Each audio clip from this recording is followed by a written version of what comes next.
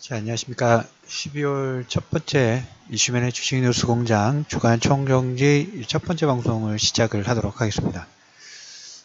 첫 번째 주제로 정한 내용 부분들은 소리 소문 없이 신고가 파동 부분들이 진행되고 있어요. 조용조용. 근데 이 신고가 파동 부분들이 신고가 파동이 진행될 때는 실적 기반이 되는 섹터가 기본으로 올라갈 수 있다는 얘기를 드렸죠. 물론 이슈 모멘텀이 특별한 이슈 부분이 있으면 그걸 가지고도 신고가 파동이 나올 수가 있지만 그 산업 자체가 신고가 파동이 나올 때는 실적 베이스가 기본으로 깔려야지만 파동 자체가 나올 수 있다라는 얘기를 좀 드려보도록 하겠습니다. 그래서 그 관련된 섹터 부분들로는 실적 바탕으로 제2의 파동을 이끌 것인가, 게임주 제2의 바이오 가능성 부분들이 있을까, 신고가 파동 부분이 나와서 현재 그 게임 업종 부분들이 현재 어느 위치에 있고 어떤 내용 부분들이 있는지 이걸 한번 좀 정리를 한번 해보는 시간을 좀 가져보도록 하겠습니다.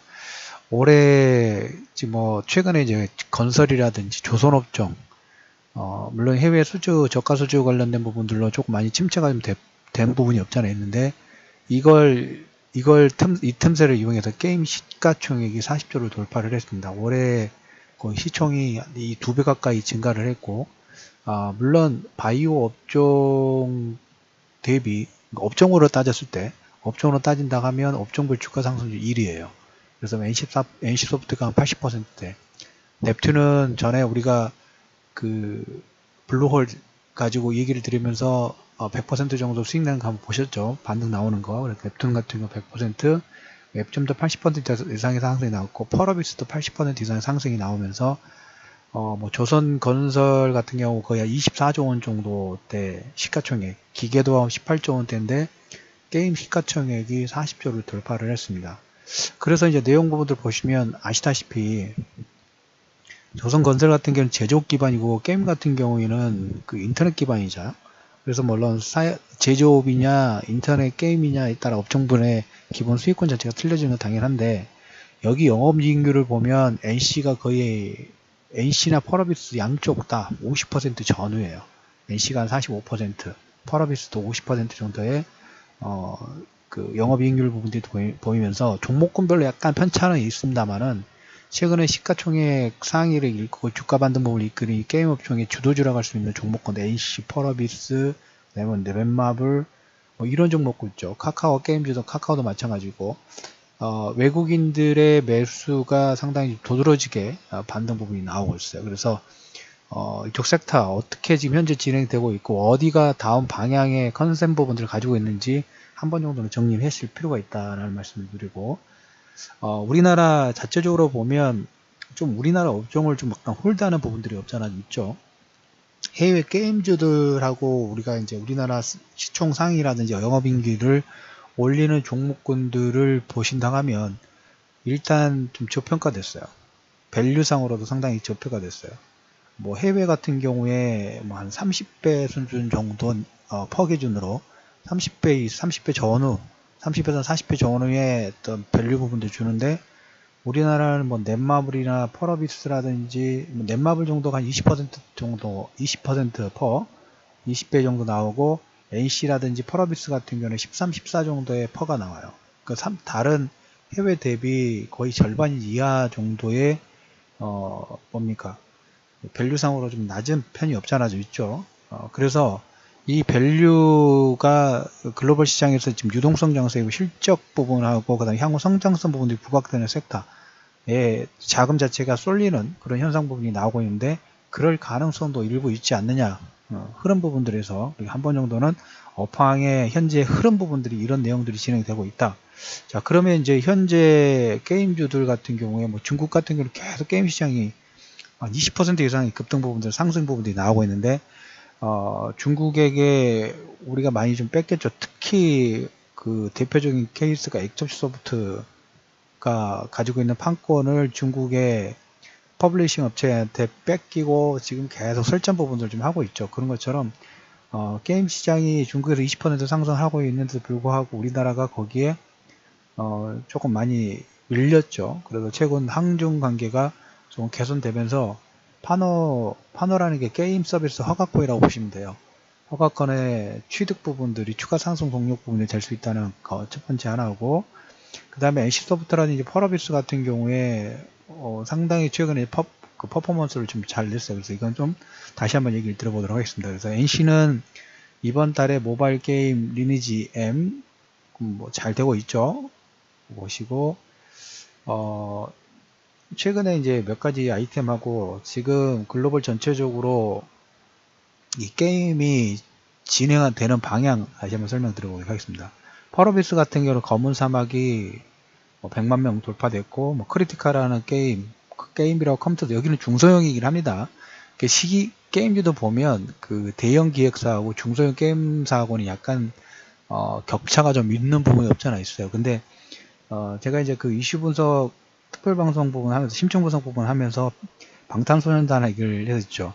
대형 기획사가 아닌데도 불구하고 글로벌 시장에서 우리나라 음원을 가지고 미국에서 그 정도 인기를 끄는 중소형 기획사의 힘, 중앙 집권적인 체제가 아니라 분산형 이런 시스템이 점점 사회 전반적으로 하나하나씩 펼쳐지고 있다는 그런 부분들이 좀 보이고 있기 때문에 대형 기획사뿐만 아니라 중소형 게임주들도 아이템이라든지 뭐 게임 내용이 좋다고 하면 이건 극복될 수 있는 내용들이 될 수 있기 때문에 펄어비스 같은 경우에는 7일 만에 100만 명 돌파, 크리티카는 글로벌 전체적으로 3천만 다운로드, 넷마블 같은 경우 테라엠, 애플 웹스토어에서 매출 1위로 등극을 했죠.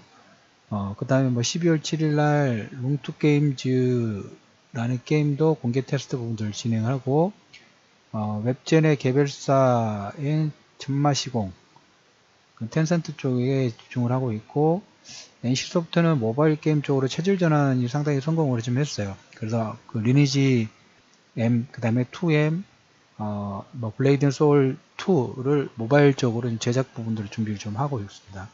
대부분의 그 게임주들이 보면 기존에 흥행했던 그 게임을 가지고 IP, 재산권이라고 하죠. 약간 비슷하게 만드는 경향분이 없지 않아 있는데, 시장에서 지금 물론 PC 쪽도 조금씩 요즘에 살아나고 있습니다. 스마트폰이 고사양화 되면서 게임이 이제 스마트폰으로 들어왔다면 PC라든지 원래 이제 뭡니까 손으로 했던 거하고 그 다음에 조금씩 커지고 있는 게, 우리나라 시장에서는 시장 자체가 크지는 않는데 해외 시장에서 좀 큰 부분이 뭐냐면 PC 쪽은 조금 다시 살아나고 있죠. 워낙 그래픽이라든지 그 생동감 자체가 틀리기 때문에 그걸 이제 대리만족하는 게 스마트폰이라고 보시면 될 것 같고, 그 다음에 지금 올라오고 있는 게 콘솔 게임이라고 하는 그 스틱 있죠. 스틱 같은 거 있죠. 소니 플레이스테이션 2 뭐 이런 걸 콘솔이라고 하는데, 여기 같은 경우에는 기존에 뭡니까 디바이스, 패키지, 뭐 게임만 사는 게 아니라 또 부가적으로 필요한 것들이 있죠. 그런데 이제 점점점 어떻게 되냐면 이게 이 게임 시장이 우리나라에서는 그렇게 크진 않은데 해외 시장에서는 상당히 그래도 제법 큰 편이에요. 모바일 시장하고 거의 맞먹어요. 글로벌 전체적으로 봤을 때 게임 시장을 뭐 한 100으로 봤을 때 모바일이 한 35 정도, 콘솔이 거의 33% 정도 돼요. 100으로 따진 나가면. 그리고 PC라든지 태블릿, PC로 패키지 다운받는 게 한 25 정도. 그러니까 어떻게 보면 PC보다 콘솔 시장이 더 크고 콘솔 시장보다는 모바일이 살짝 큰 거죠. 살짝 더 큰 거예요. 그래서 어떻게 보면 글로벌 전체적으로 모바일 다음으로 큰 시장이 콘솔 게임인데, 콘솔 게임이 지금 점점 더 시장 자체가 더 커지고 있어요. 그래서 국내에서도 보면 이 콘솔 게임 시장에서 가장 큰 시장이 유럽이에요. 유럽이 한 45% 정도 되고, 그다음에 북미 지역이 한 30% 후반, 거의 한 37% 정도 되는데, 이게 매력적인 게, 저는 뭐 이렇게 게임 부분들 많이 하지는 않습니다만은 그 내용 부분들을 정리해 보니까 매력이, 콘솔 게임 같은 경우에는 일단 그래픽 사양이 PC 같은 경우는 계속 업그레이드 되는데 그 손맛이죠, 손맛. 모바일에서는 터치로 해야 되는데 콘솔 게임 같은 경우는 뭡니까 스틱이라든지 여러 가지 보면 손으로 체감할 수가 있죠. 그래서 이것 때문에 콘솔 게임 자체가 이렇게 점점점 더 커지고 있고, 국내 업체들도 보면 이런 콘솔 게임 부분들을 대응을 하기 위해서 제품 부분들을 이제 계속 좀 나옵니다. 뭐 조이시티, 블루홀, 펄어비스, 네오이즈, M게임, 넥슨 뭐 이런 회사들이 이제 콘솔 게임 부분들 도전을 합니다. 최근에 이제 4차 산업혁명위원회의 그 수장이라고 할 수 있는 블루월 사장이 있죠. 이번에 보시면 이것도 이제 콘솔 게임으로 12월 12일 날 다음 주 정도인가요? 이제 게임으로 출시가 좀 돼요. 그래서 국내에 이렇게 양질의 IP를 보유한 국내 게임사들이 뭐 콘솔 게임, 아까 말 블루월 배틀그라운드라든지 펄어비스의 게임 사랑이라든지 내년에 한 1, 2분기 정도 엑스박스에도 출시될 거고, 이런 내용들로 인해서 게임이 어떻게 보면 그 수출 컨텐츠 쪽에서 국내 매출 부분들을 올리는 중요한 역할 부분도 좀 하고 있어요. 여기에 제가 또 주목하는 부분들은 뭐냐면, 관심권으로 좀 계속 보고 있는 부분이 하는 게임에서 이번에 최근에 이제 e스포츠 게임 있죠. e스포츠 게임 관련된 부분에서 방송 채널 중에서도 게임을 중계하는 채널 부분들이 있는데, 미국이라든지 해외 쪽에서 보면 우리 예전에 스타크래프트 다 모여서 뭐 게임 어디 가서 뭐 그 대전 있지 않습니까? 그거 봤던 그런 걸 기억하시면 될 것 같아요. 근데 해외 쪽에서도 이런 게 지금 많이 열리고 있고, 여기에서 이제 e스포츠 경기하고 게임 방송 부분들이 마케팅 수단으로 지금 계속 활용이 되고 있어요. 그 다음에 게임도 그 마케팅, 그 텔레비전의 광고라든지 그 다음에 방송을 보면서 이런 게임이 있으니까 마케팅 홍보도 되고, 그러면 기존의 게임 수명 자체도 연장되고, 여기에 게임 그 스트리밍 수수료, 광고 수익도 부가적으로 이제 수출 부분들이 창출이 되는데, 배틀그라운드라든지 뭐 여러 게임들이 그 어떤 경기에 진행되는, 최근에 e스포츠 중계방송 부분도 진행되는 여기에 관람을 이용해서 관람하는 인파가 어마어마합니다. 해외 쪽에서는. 그래서 하는 게임에서 보는 게임으로 바뀌면서 마케팅도 되고, 그 다음에 스트리밍 서비스라든지 광고 수수료 부가적으로 약간 뭘까요? 캐릭터화 되고 있어요. 캐릭터. 그래서 이제 게임산업진흥원에서는 제2의 배틀그라운드를 만들 중소 게임에서 지원도 필요 언급 부분들 나오고, 대형 기획사는 워낙 잘하고 있고, 그 다음에 이제 우리나라 규제, 최근에 이제 게임 산업 쪽에서 규제를 하면 우리나라 심야에 그거 관련된 규제하고 중국 관련된 규제 부분이 조금씩 뭡니까? 긍정적으로 풀리려고 하는 내용들이 좀 진행이 되고 있죠. 그래서 그 부분도 우리가 좀 체크하실 필요가 있다라는 얘기 좀 드려보도록 하겠고, 우리나라 게임 전체 수출액이 5조 원을 돌파를 했어요. 물론 배틀그라운드라든지 리니지나 레볼루션 이런 게 글로벌 히트가 근거가 되면서 반등 부분이 나왔지만 다양하게 지금 확대가 되고 있어요. 다양하게. 그래서 그런 내용으로 해서 외국인들은 아까 말씀을 드렸던 것처럼 최근에 종목군별로 약간 편차는 있습니다. 어떤 종목은 계속 꾸준히 사고, 어떤 종목은 전에 매집을 했다가 팔았다가 다시 이런 케이스 부분들이 지금 진행되고 있는데, 제가 말씀드린 것은 게임 업종의 전체적으로 흘러가는 흐름 부분들을 지금 얘기를 드린 거예요. 하는 게임에서 보는 게임으로 바뀌고 있고, 그 다음에 유럽이라든지 미국 쪽에서 그 시장 점유율이 높은 콘솔 게임의 시장 수요 부분들, 모바일 다음이라고 말씀드렸죠. 이 모바일 다음인데, 여기에서도 시장 자체가 줄어드는 게 아니라 PC 게임보다는 이 수요가 더 많은데, 그래도 꾸준하게 증가하는, 거기에 대응하기 위해서 우리나라의 뭐 대형, 중소형 그 게임 업체들이 뭐 블루월, 펄어비스 이런 네오이즈, 엔게임, 넥슨도 마찬가지고 그 콘솔 게임에 다양하게 퍼블리싱 부분들을 좀 준비를 하고 있다라는 코멘트를 좀 드리면서, 이러한 이유로 인해서 해외 시장 대비 한 절반 정도 밸류에이션상으로 퍼상으로 그냥 해외에서는 한 30배 정도 주는데 우리나라는 15배 전후밖에 주지 않고 있죠. 그래서 이런 내용으로 인해서 외국인들이 조금씩 그쪽 관련된 종목군들 실적이 기본 베이스가 되기 때문에 영업이익률도 보면 거의 한 50% 전후의 영업이익 부분들이 나오는 모습들이 나오기 때문에 여기에 대한 배팅 부분들을 조금씩 계속적으로 진행을 하는지 않느냐라는 코멘트를 좀 드리면서, 금일 첫 번째로 말씀드릴 주간 총정리 부분은 소리도 좀 조금씩 올라가고 있어요. 저는 게임을 그렇게 많이 하지를 않습니다. 게임을 거의 안 한다고 봐도 그래서 뭐 디테일하게 뭐 들어가지는 못하겠지만,